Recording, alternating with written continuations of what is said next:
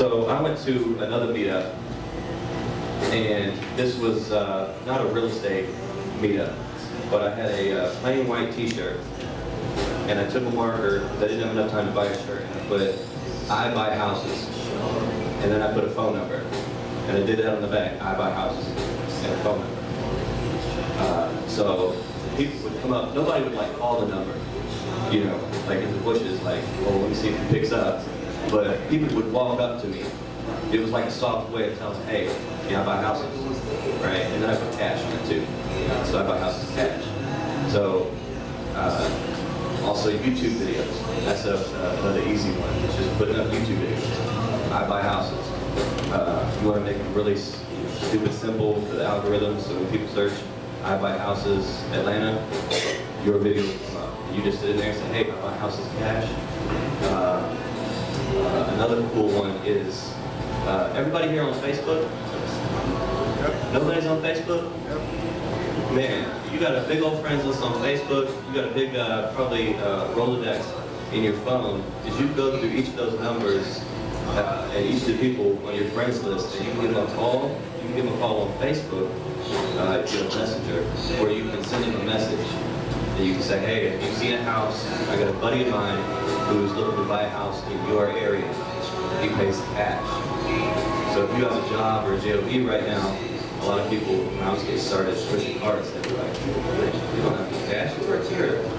You know, you work at Wally, how you can buy a house? So I would say, my buddy wants to buy a house. And in reality, it'd be my cash buyer, my buddy, who would be buying the property. So it took a load off of me. And, you know, it's just calling your buddies, you know, catching up, saying, how you been? You know, oh, you still at Pizza Hut? Oh, okay, cool.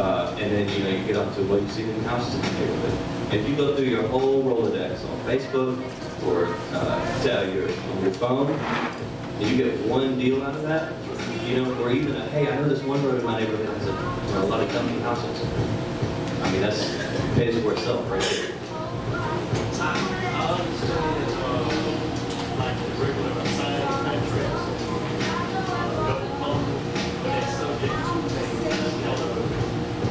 Oh, subject to. I don't do a whole lot of subject to. I've got a mentor now who's getting me into foreclosures. So that's a thing, but I don't know a whole lot about subject to. Why are you trying to do a subject to? Why subject to specifically? Just when you run into people that they have a house that they want to get rid of, but they haven't fully paid for the house. So, what about like a lease option?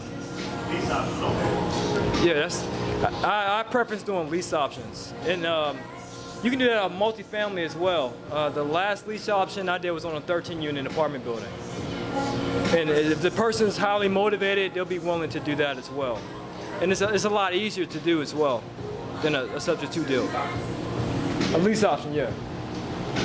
So he's saying lease option is the best way to go instead of subject to. And if you read his book, How to Quit Your Job, like the first or second chapter, he talks about his first deal, lease option. Yeah, in the first couple pages. Yeah, and I have some copies too if you guys want some. I have like 5 copies. Yeah, and you can sign them too. So, got the bid. But when I look at a contract, when I get a property in a contract, I'm just looking at contract. And it's the same with subject to lease options. You're basically selling that contract, you're subleasing it to another person, and you're not taking ownership of the property as well. And if the contract is good, you shouldn't be worried about never actually having to purchase the property. You need to back out. Like mine is so good, you know, I don't like their hair color, I don't like the carpet. You know, there's stuff on the ceiling. Any reason, like I don't like the location, just back out. Yeah, the main thing you want is a motivated seller. As long as that person's motivated, they'll be willing to entertain any option you have. When your offer solves the problem, yeah, price is no longer an issue. Right. It's just the terms, like we talked about. You want the terms. That's all it is. You can give them whatever price they want. It doesn't matter. But you want the terms. Yeah.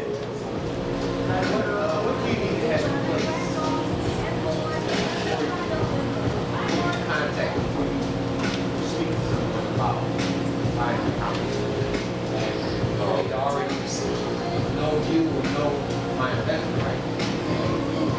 So he's asking, what do you need to have in place before you talk to the seller? And nothing, really. My marketing right now consists of me sending out postcards or letters, and then the seller calls me. So at that point, they've read my card, and they've said, I'm motivated, so I'm going to call Mike. So as soon as that call comes in, I know they're ready to go. Because it says everything on there. I pay cash, I close quick, as is, no repairs. You don't have to pay me, I'm not a realtor, I'll pay you instead. So the second they come in, I know that they're thirsty. Pretty much, as part of the process is you have to have a contract ready right to go to them.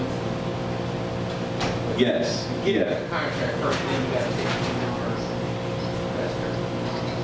No. So he's asking, do I have to have a contract ready? And just so you know, if you have a property to sell, if you have a property of mine you want to buy, I have contracts in my car ready to go. I carry them on me all the time. If you have a folder, keep them in there. But what I do is I take my contracts to the seller, we sign. I've now obtained rights to purchase the property, exclusive rights to purchase the property.